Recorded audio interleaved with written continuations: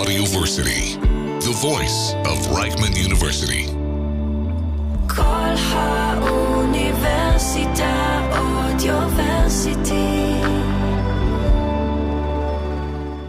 This is what is new about this anti-Semitism, because for the first time, anti-Semitism isn't directed at Jews as this pariah, subhuman, Christ killer race of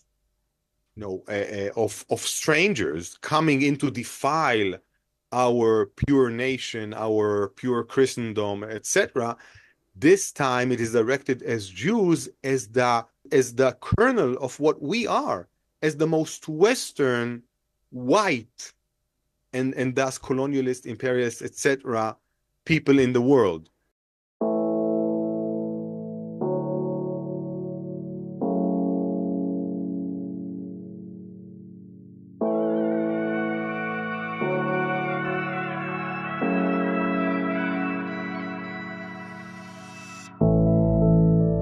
Welcome to Raw, a podcast where we confront the complexities of war from the inside out.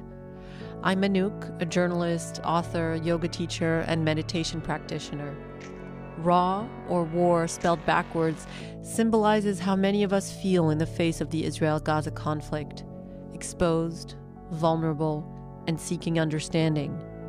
Here, we don't just discuss the external battles, but dive deep into our internal struggles, examining how this violence has shaken our very core. Join me in conversations with philosophers, psychologists, and spiritual leaders as we explore how to navigate these painful times with wisdom and resilience, finding guidance for our own paths through this raw, unfiltered world.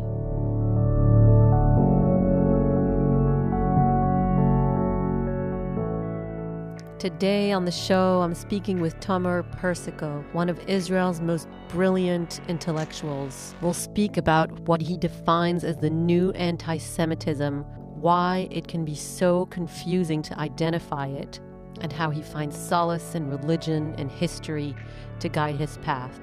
His third book, Liberalism, Its Roots, Values, and Crises, will be published in July 2024.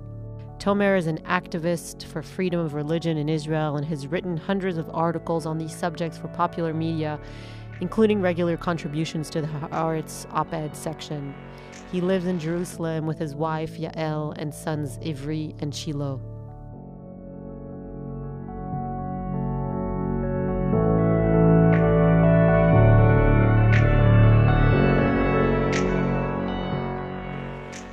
Tomer, welcome to Raw.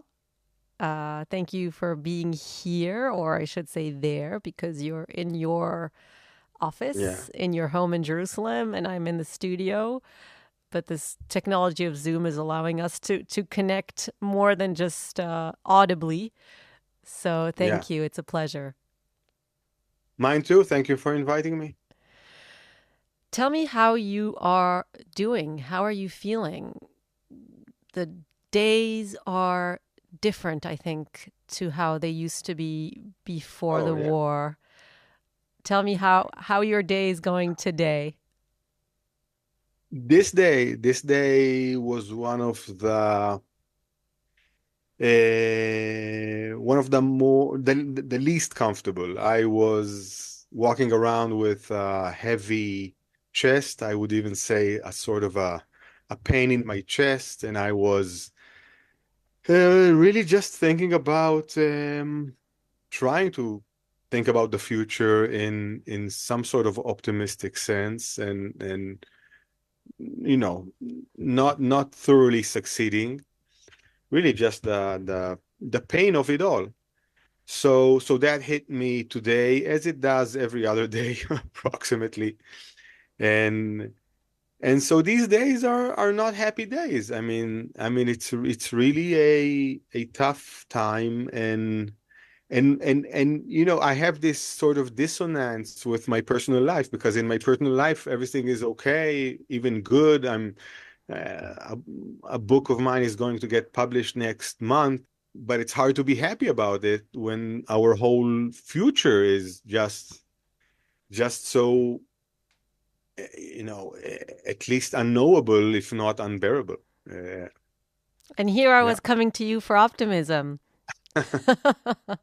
yeah, yeah, yeah, I was I was in the car and then I started thinking like I, I don't really want to be doing this. I want to I want to be on a beach or in a forest somewhere with my kids and reading poetry and listening to music. I actually started laughing in the car because it is such a perverse, confusing, diabolically tragic a situation that we live in. At the same time, like you say, in my personal life, things couldn't be more beautiful.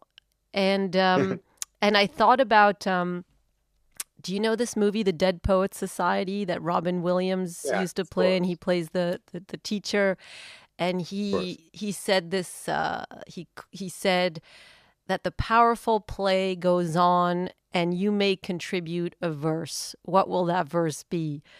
And I thought of that, and I thought, I would rather my verse be um dancing and playing and and reading poetry Yeah, in that forest, but that's just not, it just doesn't happen to be the chapter that I'm living in. And the yeah. chapter means that the verse that it seems I can try to contribute right now is to do this podcast and try to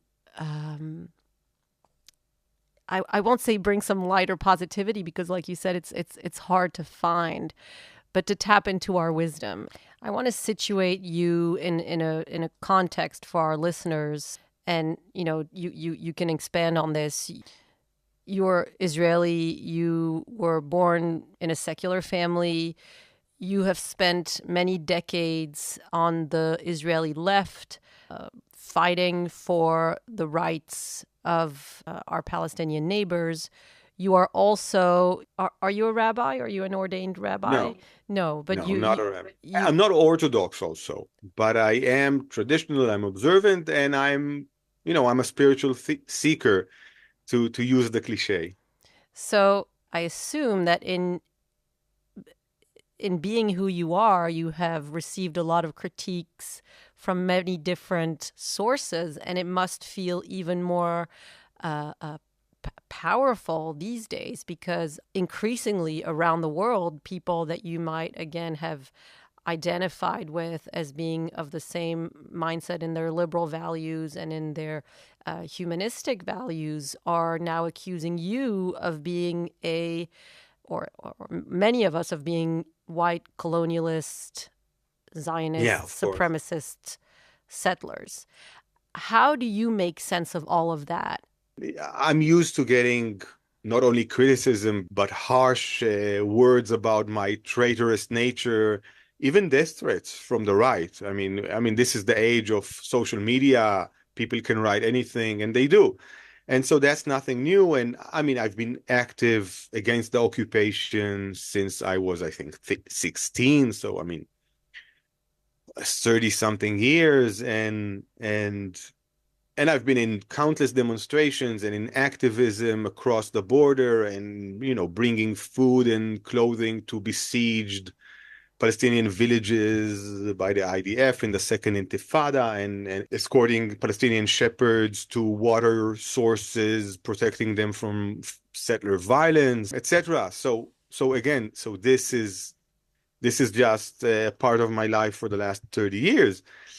Is so hurtful is for people who, some of them friends of mine, who are now, so blaming Israel for every war crime under the sun, including genocide, and of course blaming whoever does not, I don't know, rebel against this with arms as being complicit in it. I mean, I have a 20-something-year-old friendship with an Indian woman, a woman from India, which and she just cut off our friendship because she thinks that as a public intellectual, I don't stand up enough against what's happening now in Gaza. So that's the criticism. I don't write enough articles against the war, and that's it. That's our friendship. That's it. You wrote one of the most psychologically interesting and clear explanations that I have found recently on the rise in anti-Semitism, not merely criticism of Israel. So I'd like to read it here. I mean, you wrote many things. I'm going to read some sentences you wrote. As the progenitor of Christianity, Judaism is conceived as the West's most primitive kernel, the primal point of Ur-Westernness. Israel thus becomes a Western totem, portraying the malevolent spirits of the West's entire history. In an incredible historical irony, the Jews are now not an Oriental Semitic pariah nation, nor a degenerate subhuman race, but the purest representatives of the West and the most atrocious white supremacists. And I want to say here again that you do criticize Israel and you do criticize the occupation, but what you say is there is something here that goes far beyond that. Yeah. Is this something that you realized recently, or is this something that you knew before? Let me start with your caveat here. Of course, much of the criticism against Israel is valid, if not, totally legitimate, if not valid, right? And I'm sure amongst the protesters, even in different progressive campuses across the United States, most of them are, liberal young people with a awakened conscience that want to change the world for the better, and again have valid criticism about what Israel is doing, what it has done, etc. What you read is shared by the extreme groups within those circles, and it might be called the new anti-Semitism. I've been studying this for over a decade now. I think what we are seeing here is a new type of anti-Semitism, and here we must decipher what's new about it. First of all, we must understand is that the criticism of Israel at this time from the radical fringes of the protesters, etc., is made up of, I would say, perhaps 3 or 4 different currents. First of all, there's post-colonialism, obviously. I think there is a lot of post-nationalism, even, the feeling that a nation state that is an ethnic nation state is illegitimate in a way, even though there are a lot of ethnic nation states in the world. The US is different, actually, is the outlier here. And there's a strong, there's also identity politics, etc. And there's a strong anti-Western current here. And this is, I think, what we must understand. The West, for certain circles of the left, has become a symbol of all that is evil on earth. It is the most colonialist, the most imperialist, the most patriarchal, the most capitalist. And capitalism is, of course, the worst system in the world, etc. So the West is to blame for all the world's evils. And here, pointing at Israel, Israel now becomes, as you read, the Ur-Western entity, the most Western of all Westerndom, right? Because Jews are the progenitors of the West, because they are the progenitors of monotheism, of patriarchalism, even colonialism, because they conquered the land of Canaan, Israel, Palestine, 3,000 years ago. This is what is new about this anti-Semitism, because for the first time, anti-Semitism isn't directed at Jews as this pariah, subhuman, Christ killer race of strangers coming in to defile our pure nation, our pure Christendom, etc. This time it is directed as Jews, as the kernel of what we are, as the most Western, white, and thus colonialist, imperialist, etc., people in the world. And so what is shared here with the old anti-Semitism is that, again, the Jews are the most evil, malevolent creatures in all of humanity, doing the most wicked things of all. If it isn't, killing the Messiah, it's using children's blood for rituals, etc. It's the most evil thing in the world. But they are they're not they're not strangers to us. They are our roots. They are our our forefathers. And we must now commit an act of patricide in order to cleanse ourselves, not only of the Jews, but of our Westernness, which is so troubling for us, right? This is our original sin, our Western identity. And so the Jew here, of course, is once again crucified for our sins, for all the world's sins, for the West and for the cleansing of the West from us. I was reading some of these quotes to my husband last night, and again, I'm sorry to talk about laughing, but he burst out laughing, and he said, Sephardi Jews must be so confused right now.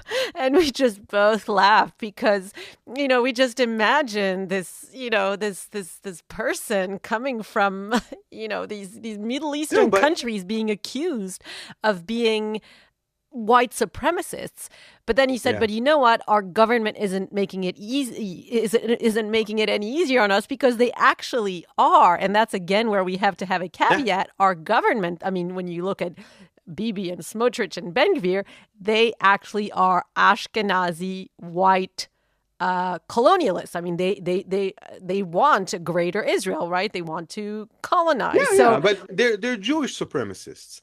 I mean, we have to remember that even Ashkenazi Jews are only white as far and as long as Christians allow it, or Christians decree it.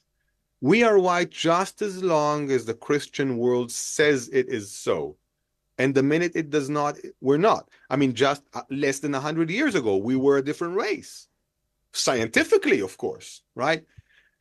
But, I mean, to your point, we are led today. I think Bibi is mostly an opportunist and a cynical politician, trying to evade his trial, etc.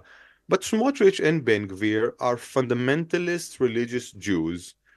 They are unbelievably racist, for sure. They're anti-liberal, and indeed, I would say fundamentalist, and real chance that if they ever have power,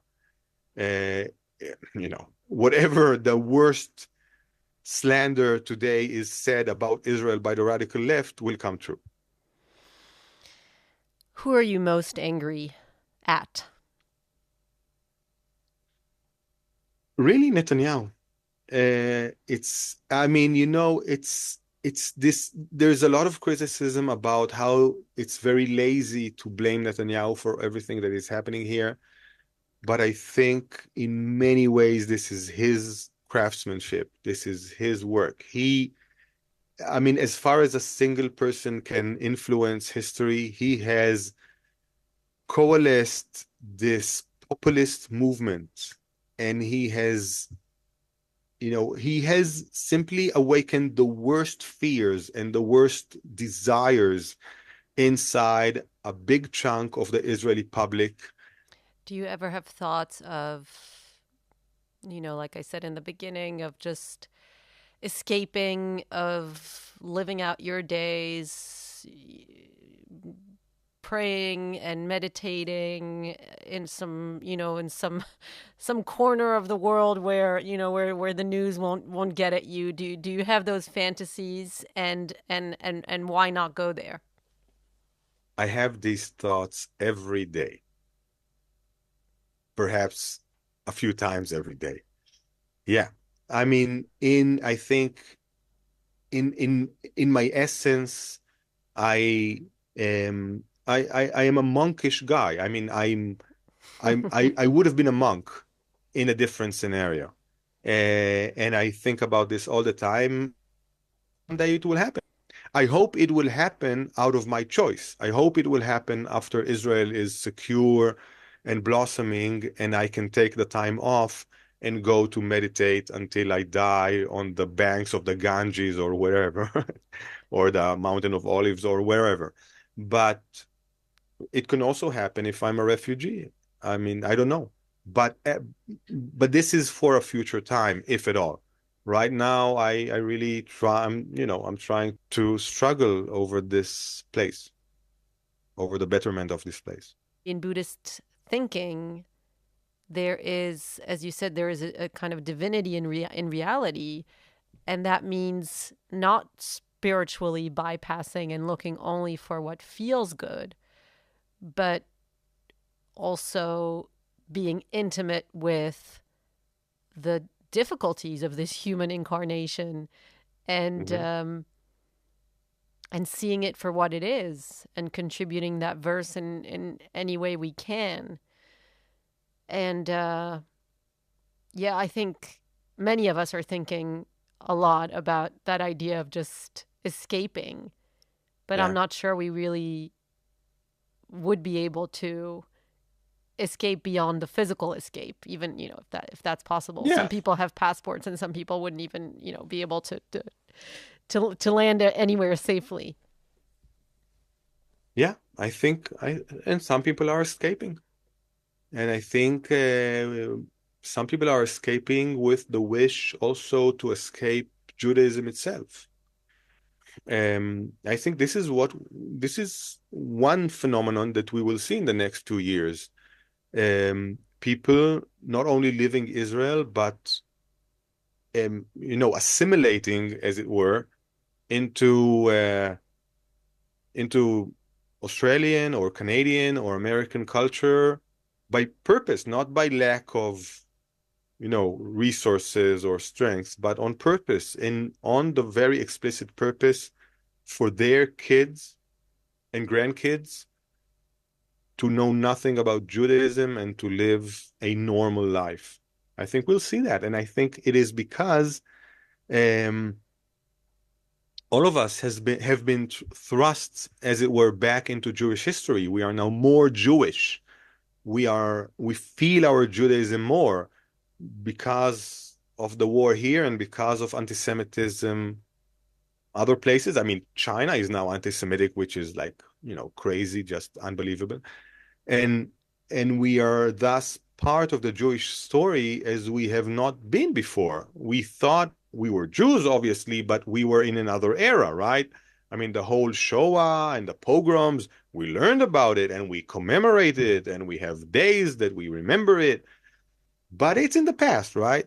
And I think what happened to us on the 7th of October and since is that we have understood that it's not in the past, that we are now experiencing another event that is a part of the same chain of events.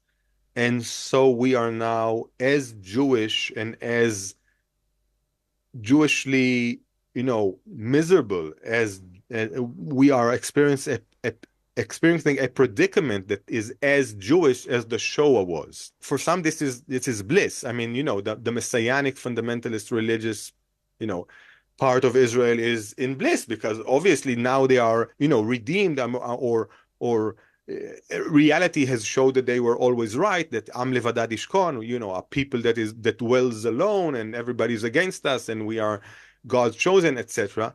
But some, and that's what I was talking before, are saying, okay, if this is the case, that's it for me. I'm out of this story. And that's what they'll do.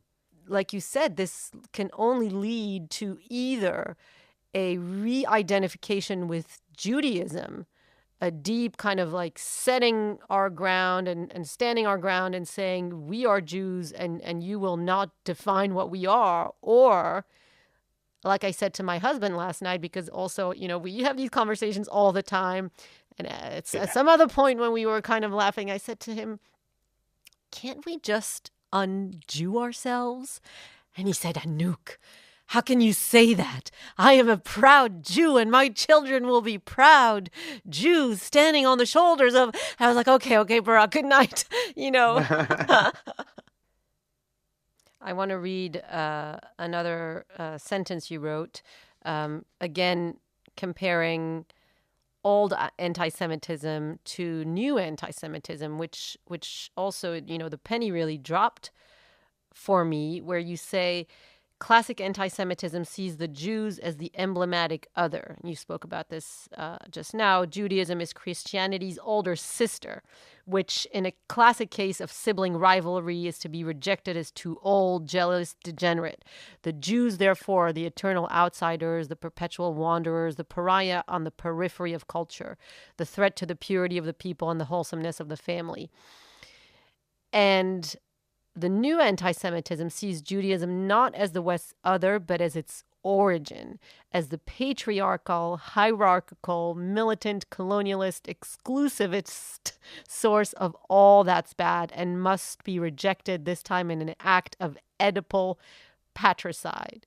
Jews are now the purest manifestation of Western colonialism, the ultimate oppressors. I mean, you could not make this up if you were Shakespeare. This is the ultimate psychological confusion that I think, even for so many of us Jews, is so complicated to understand. And of course, for the majority of the people who yell, genocide and from the river to the sea, they do not understand those forces happening within them, which are, if you analyze them, deeply anti-Semitic, but which to their consciousness is simply an act of anger, of rage at what they deem to be the ultimate evil. Yeah. Righteous anger, and moralizing against, the ultimate colonizers, etc. What do you think made so many young people around the world hate their culture so deeply? I mean, do you think about the origin of the hatred of Westerners for Western values and the black and whiteness of the right and wrongness and the oppressor oppressed? Where did it become so extreme? I think this is actually a very profound question. Why does the West have a problem with itself? And here the West is the modern liberal West specifically, the modern individualist West who speaks about rights and autonomy, personal autonomy, and makes a system of government that upholds each and every one's personal dimensions of privacy and freedom of religion and freedom of conscience, etc. It's this that we develop an antagonism for. And I think, again, it's a very profound question. Why? It is because basically this is the move from Gemeinschaft to Gesellschaft. This is what we are describing. This is the move from community to society, from our deeply bound, integrated, almost organic existence in a clan or in a village where everybody knows everybody, everybody is connected to everybody, everybody is in almost unavoidable solidarity with everybody. Of course, there is friction, but your fate is one. You can't, and you have a minimum amount of autonomy. You don't decide almost anything for yourself, from how you dress to who you marry. From that into a society of individuals who prize their autonomy, think of their autonomy as freedom, and have mutual relationships that are based on basically interest, commerce, right? And it's this move which is the fundamental question of the science of sociology. It's this move that I think is at the heart of our struggle with ourselves. It's this that the existentialists talked about, the alienation of modern culture, the anomie, Durkheim would call it. Marx would say alienation. Weber would call it a iron cage of specialists, etc. It's this move again from Gemeinschaft to Gesellschaft that we have paid a price for. We have paid an enormous price for, even though I am a liberal and I'm for, obviously, Western culture. But the price we paid is real. And I think for many people, mostly unconsciously, they rebel against it. And they wish to return to some sort of organic or more communal existence. And this is why Marxism promised, right? After the revolution, in the future, proletariat heaven, we will have no alienation. People will be in solidarity. And fascism promises the same. In our, Volksgemeinschaft, we have no alienation. Everybody's, taking care of each other, and we are all one for all in this, organic nation. And so it's the same promises. And today, I think the radical left, in either its Marxism or its identitarianism, also, when we get rid of these white supremacist, colonialist, imperialist capitalists, we will be able to live in a society that is truly free and harmonious, etc. So it's the same promise to return to this womb of a community, a Gemeinschaft, right? And I think it's that. And in this specific moment of history, Jews are taken to be what separates us from that. You can hear protesters say, when we topple Israel, the whole capitalist order will topple. You could have heard that a few times during the last few months. There's this promise of a messianic, era. Israel is what is standing between us and this socialist, or I don't know, harmonious heaven. And the smartest people are falling for it. Yeah. And what you said is important. We need to remember that this started a lot, like weeks before Israel actually invaded Gaza, right? This started at the 8th of October. At the 8th of October, Israel was already to blame for everything. Not denying for a minute that there is valid criticism about Israel in general, about how war is conducted in particular, a lot of valid criticism, which I myself share. But this is not what we're talking about. How do you think about the war today when you look at what has been achieved, if you can say so? It's obvious that Hamas will rule Gaza unless another regime replaces it.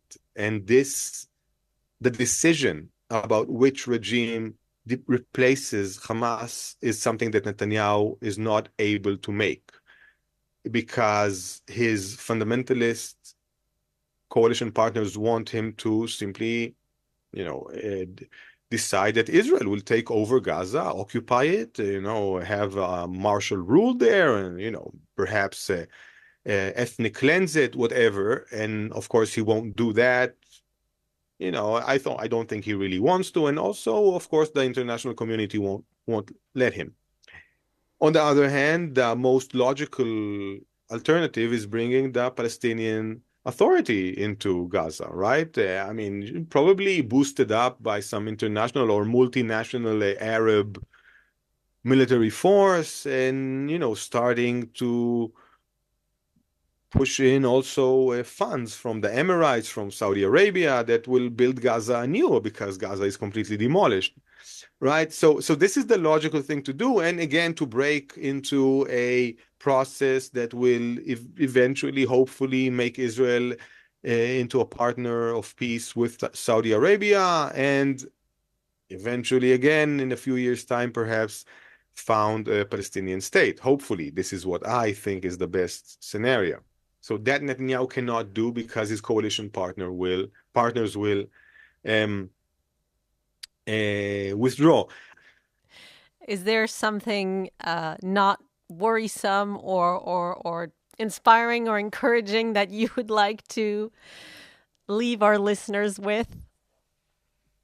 I will say that over the last year and a half, what has amazed me again and again is to understand how many unbelievably excellent, brilliant, motivated, inspiring people are there here in Israel. The whole struggle against the judicial overhaul that we had before October 7th. I think there is no precedent for this amount of people ratioed into the total population, of course, coming out into the streets week after week after week. I think it was 10 straight months, right? And demonstrating against their government and really stopping this judicial overhaul, which would have ended Israeli democracy. So, so many such good people are here, such good forces, such brilliant and creative activists. And so if anything gives me hope, it's that really there are a lot of good people here, and perhaps we can fix what was broken. I want to leave you with a poem called Clearing by Martha Postlethwaite. She says, "Do not try to save the whole world or do anything grandiose. Instead, create a clearing in the dense forest of your life and wait there patiently until the song that is your life falls into your own cupped hands and you recognize and greet it. Only then will you know how to give yourself to this world so worthy of rescue. Do not try to save the whole world or do anything grandiose." That's beautiful. Beautiful and so meditative, of course. Yeah. I think, we found ourselves, I was talking of wanting to escape to a forest, but, this is the forest that we found ourselves in, and just rising to the occasion. It's not the occasion any of us would have hoped for, but it's the occasion we find ourselves in, and doing what we can, meeting each other, meeting people with a heart. Thank you so much. I want to really thank you for the things you write and say, and for your courage, and for coming on here. Thank you so much, Anouk. It was a pleasure, really.